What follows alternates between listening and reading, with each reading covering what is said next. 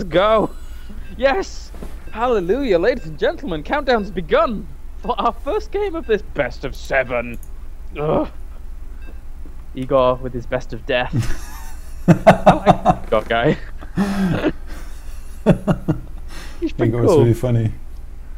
He's like all alone on his stream. Everybody feels bad for him, but he's such a nice guy. But like, it's not even that he's just alone on his screen, on his stream or anything. It's like, you know that picture that they released of like all the English casters, all the French casters, and then there was little poor Igor at the bottom, like all on his own, looking kind of sad. It's like, oh, this is really kind of depressing. Okay. Oh well.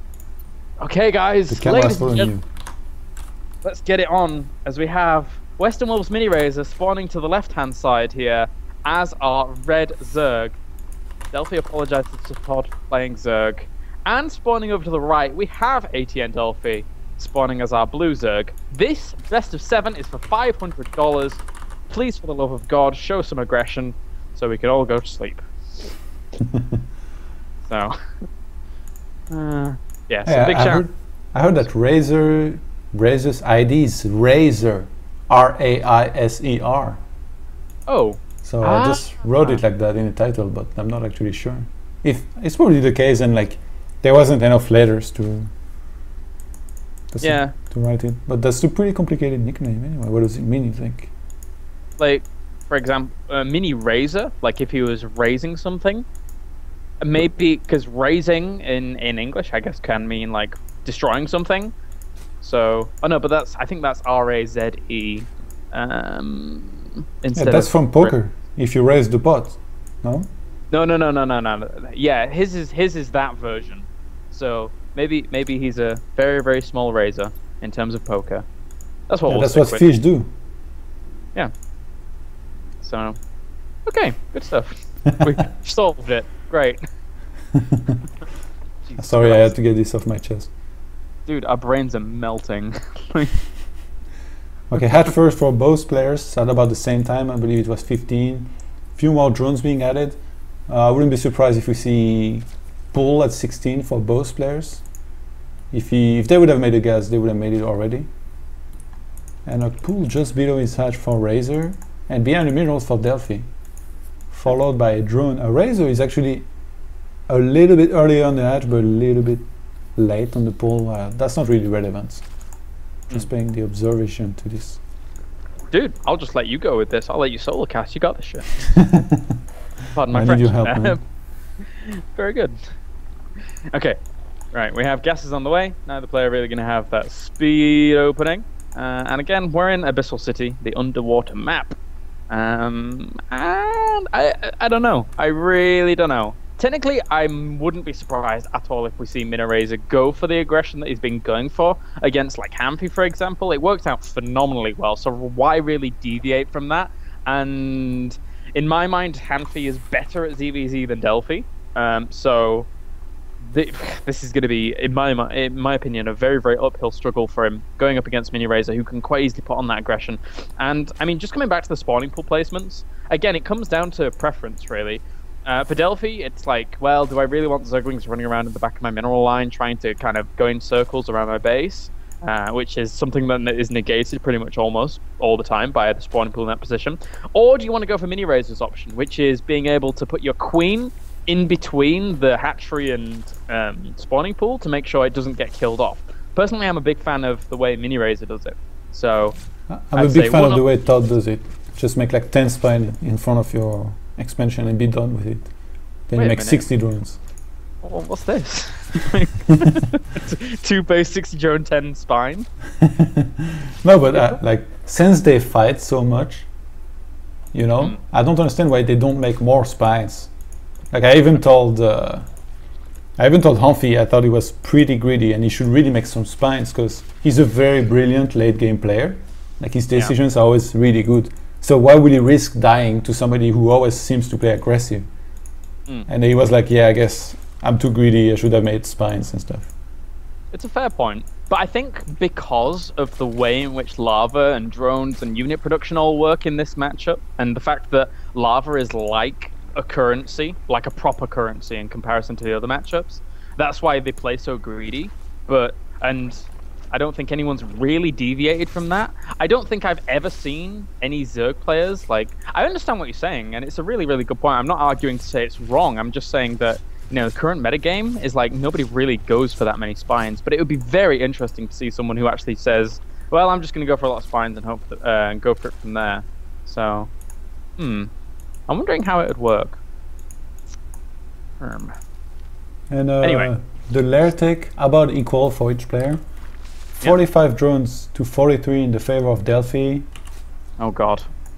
Both of them had a couple more drones. Gonna see Spire versus Spire again, I think. Hey, it's pretty fun. Nobody's throw. There's one Spire. Where's the second one? Where's the second one? Okay, so again, because there's no evolution chambers. Alright, okay. So what a way to open up. Interestingly enough, this is also the same map we saw Spire versus Spire on before, so maybe there's some nuances of this map that I haven't played in ZVZ that just really lend it very nicely to Spire versus Spire. Yeah. What do you think could be the reason? Like, what usually favors mutas on a map over roaches? Dead space between mains and naturals, really. But there's not really too much of it on this map, so I think I know. Like, the bases, they are apart, you know?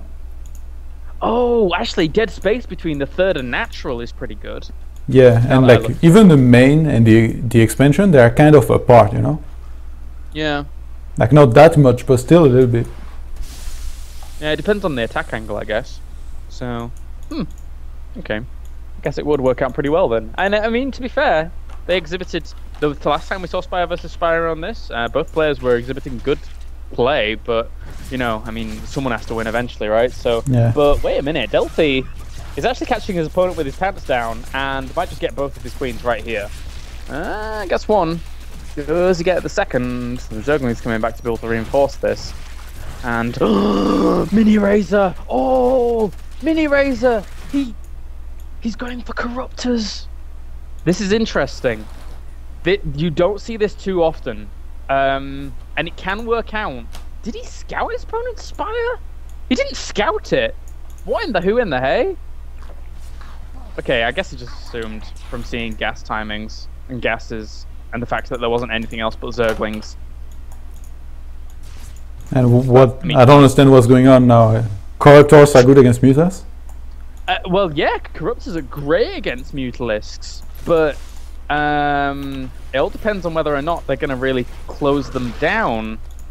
Right now, he needs to come and save all his Overlords, which are constantly being killed off. The Corruptors are on the way. Mutalisks are faster than Corruptors, I believe. Yeah, I just checked out the tech tree and it says Corruptors are good against mutas. Yeah. Wait a minute, did you check the... Yeah, F12, then you go in the tech tree and you can see everything. Okay. It's pretty good. Like... Okay, it's... Yeah.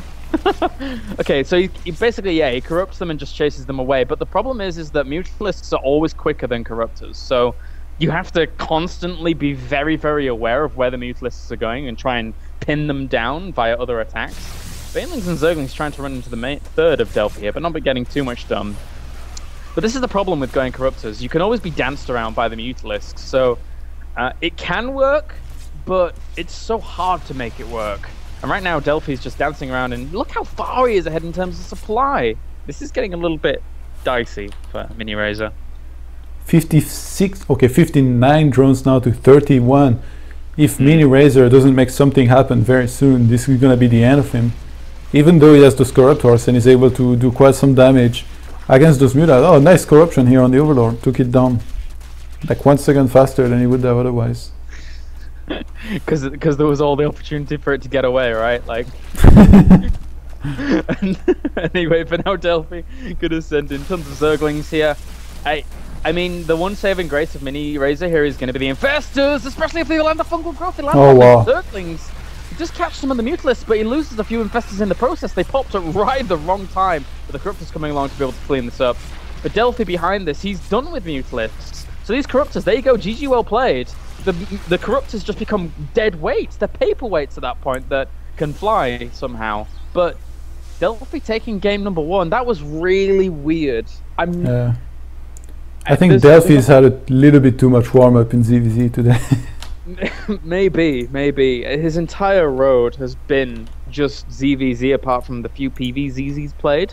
I've spoken to a few casters in the past about this, and some of them say that, well, yeah, Corruptors are really good against Mutalisks, but from my past experiences, I mean, I got excited about it then because I wanted to see if MiniRaser could make it work, but I sort of disagree. They're just not mobile enough. And unless you have the Infestors out at the perfect time to shut them down, it's really difficult to make it work, especially when you're trying to put on the pressure at your opponent's third with Lings and not making that work either. So I'm not a fan of Corruptors versus Mutalisks, unfortunately.